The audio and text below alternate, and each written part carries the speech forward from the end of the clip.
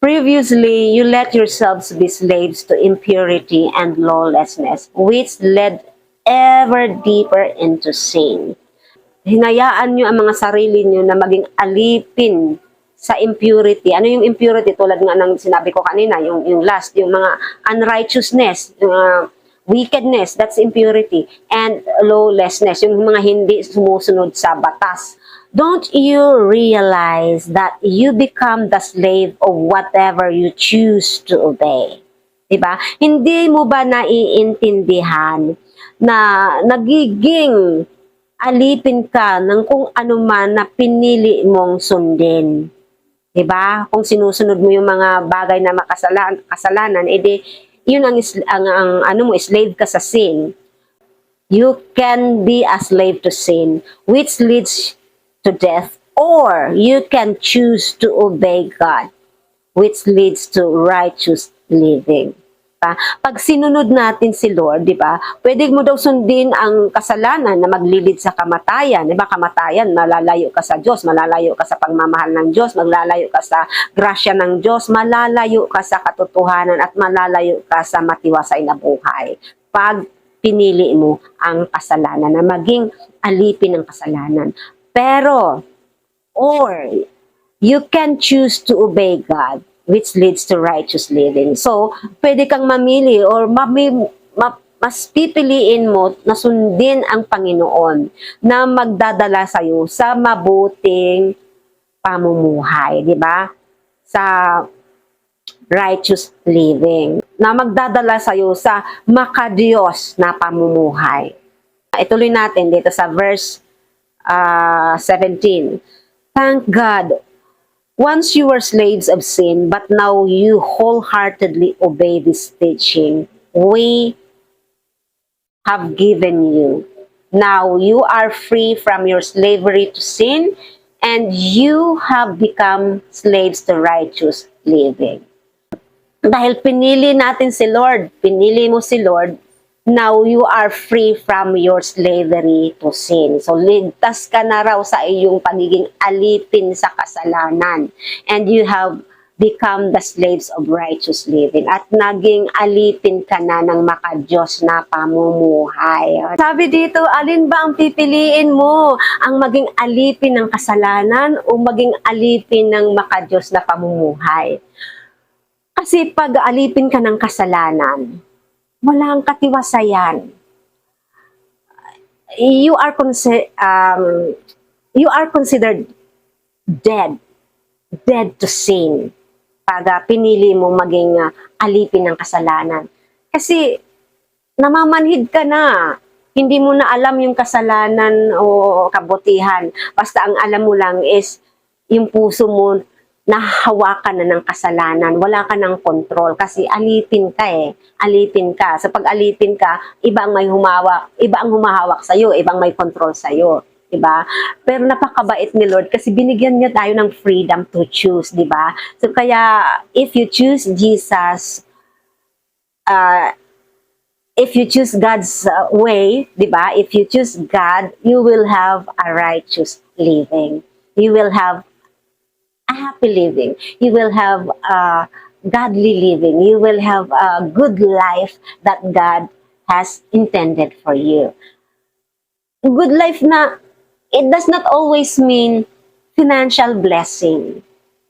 Di ba? Although, most of the time, if you are a child of God, hindi pwedeng hindi ka iangat ng Panginoon. Hindi pwedeng hindi ka tulungan sa iyong mga pangangailangan. Hindi nangangahulog ang nasa iyo na lahat ng kayamanan or kasaganaan sa buhay. Kasi minsan, pag alam ni Lord kung ako, pag binigyan ko to ng sobra-sobra, magkakasala lang ito. So, alam ni Lord kung hanggang saan ng limit ng tao, kung gaano niya pwedeng i-bless ang tao para lang mapanatiling mabuti ang tao. Kaya huwag tayong nag-aalala, huwag tayong masyadong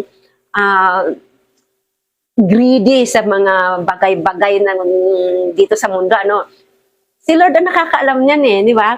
Huwag tayong masyadong umaasa na yung mga makamundong bagay ay magbibigay ng kasiyahan sa atin. Kasi, hindi lahat ng mayayaman ay masaya. Hindi lahat ng masagana sa pamumuhay ay masaya. Marami dyan walang kapayapaan ng puso. Marami dyan na ligalig. Marami dyan na mas gusto makipag-swap ng pamumuhay sa ibang tao. Kasi hindi mo pwedeng bilhin ang kapayapaan ng puso. Kasi minsan, ang pera, pag mali ang gamit natin sa pera, is naglalagay sa atin sa kapahamakan. Diba? The wrong use of money is the cause of evil. Diba? Hindi yung money itself, kasi money itself is a necessity. It's not about the money, it's about the love of money. Diba? Na mas mahal mo na yung pera, mas mahal mo na yung kayamanan kaysa sa Diyos. So, ibang usapan na yon. Money per se is not bad, but the love of money. Diba? So, binibigyan ko lang po ng example yung which you will choose. Choose to live under the slavery of sin or under the slavery of righteousness. No po? Kaya, amili kayo. Hindi natin ito pinipilit kasi si Lord lang pwedeng magbukas sa puso at isipan ng tao. I just hope and pray na itong vlog na ito, na itong pag-Bible reading time natin, may mga taong mabubuksan ang puso at isipan. May mga taong itatouch ni Lord to seek Him, to repent, to turn around, no, from sinning to righteousness, no, na ma-realize niya na tinatawag siya ng Panginoon. Ma-realize mo na tinatawag ka ng Panginoon. So kung tinatawag ka ng Panginoon, huwag mo nang patagalin, sumunod kayo sa Panginoon, pagkat yan ang makakabuti sa inyo, pagkat kayo ay nabibless. Ibig sabihin, God is looking at you and He knows your heart.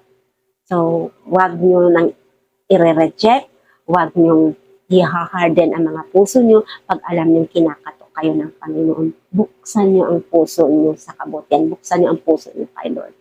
Kasi kay Lord walang mawawala. Sa inyo, malaki. Ano po? So, anyway, tapusin natin itong book of Romans chapter 6.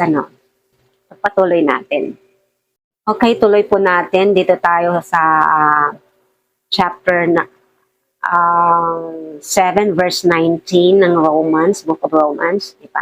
Sabi dito, because of the weakness of your human nature, I am using the illustration of slavery to help you understand all this. Ang gumawa ng book na ito ay si Paul. Kaya sinasabi niya, ginawa niyang example, illustration of slavery to help you understand all this. Previously, you let yourselves be slaves to impurity and lawlessness, which led ever deeper into sin. Dati raw, namumuhay ka na, hinayaan nyo ang mga sarili nyo na maging alipin sa impurity. Ano yung impurity? Tulad nga ng sinabi ko kanina, yung last, yung mga unrighteousness, wickedness, that's impurity, and lawlessness, yung mga hindi sumusunod sa batas, hindi sumusunod sa kautusan ng Panginoon.